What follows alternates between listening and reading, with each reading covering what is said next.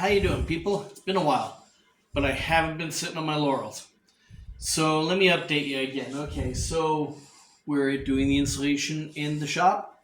It starts out with the foam. That's stage one. Then we shave the foam. You can't see that. There's some over there. And then we come to stage three where we do the foil. We have now gotten the foil on this half of this wall and 2/3 of the wall behind the camera. And it's starting to come along quickly because, well, if you take long enough doing something, you start actually learning what you're doing. How about that? Grumpy guy here, and I'm going to tell you why I'm grumpy. See this right here? It only looks about 1.5 inches wide to you. But you see this board? This one here? Yeah. There is a gap this big behind that board that goes 8 feet floor to ceiling. And I had to fill it with this foam because this is my starting step to installation. And yeah, that took 22 cans of foam. Now, I used the small gap foam. A couple of reasons. One, I had it. Two, because I tried the large gap foam and I found it didn't really work as well as the small gap. It doesn't expand as much, and therefore it didn't fill the gap behind it as well, and et cetera, et cetera. But this took almost a month to do. There are 4 of these, one on each side of each garage door, and there's 2 garage doors, so total of 4. And this sucked. You have to fill it in a section, and then fill a section, and then fill a section, and then fill a section, a little bit each, and then you have to leave them alone because this foam continues expanding for up to 3 days. So you got to wait that 3 days before you do anything, because if you don't, and it blows a pressure valve somewhere in there, and it'll start spitting out more foam that'll push the other foam you put, and it just becomes a horrendous mess. But this was sticking out all over the place and everything else. I had to carve this and sculpt it with a sander and everything else. But it's finally to the point where it's ready. This is now complete as far as foam is concerned. Later on, we'll be doing a really fancy paint job to make this disappear. But this was a month's worth of work for these 4 openings, these 4 voids.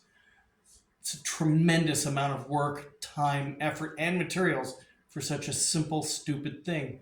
But if I hadn't done it, I might as well not insulate the place, right? So, good work, hard work is its own reward.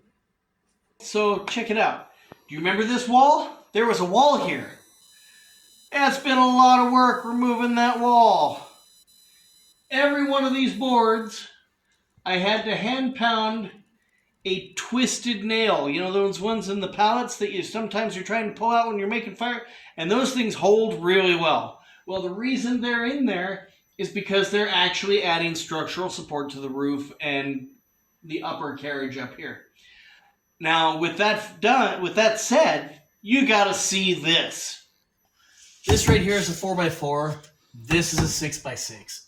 Now, as you'll notice, there are 1, 2, 3, 4, 5 bolts in the 4x4 going into the 6x6. Now, those bolts are these. Now, this is only a 6-inch. Those are 8-inch. But these are GRK screws. And in my opinion, these are kind of like the grade 8s of woodworking. Now, a grade 8 bolt in machines is designed to actually be stronger than its environment. So the entire machine will be torn apart, and there will be that grade 8 bolt still there unbroken. That's kind of the way these are, and I honestly believe that 3 of them would have held this, but I put in 5. But now, what is this? Okay, well, that's what I'm here to tell you. If you look up here, there's a 2x6 that is our stud, our joist. Now, it's 2x6 because it's dimensional. That's actually 2 by 6 inches. And that's what I put all those nails in for all those boards.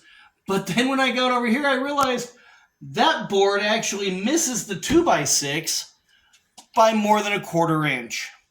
Now, It's held for 40 years. It would probably hold for another 40.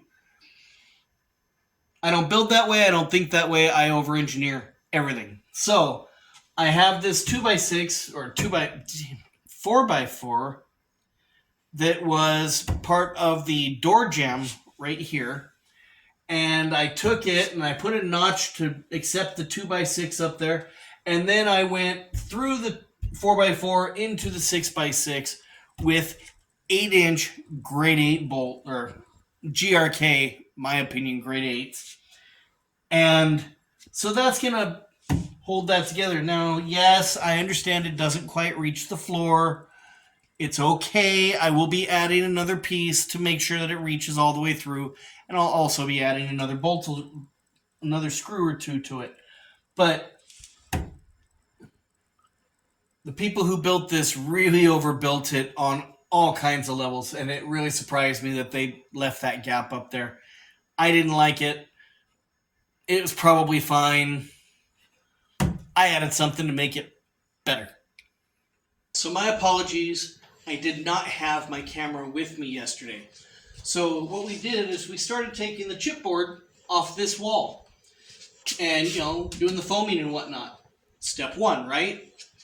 But this wall is really buggy, and I can only guess it's because of the window and etc., but really buggy. Spiders, centipedes, all kinds of crap. And you can see down here, it's kind of discolored from everywhere else. Well, there's a hole down there, now foamed, that is big enough to slide a broom handle through. And, well, because of that big old hole, some time ago, the wasps moved in and made their home. That thing is 18 by 18, 4 inches thick. Wasp nest. Holy crap! So, all of that said, take care of each other.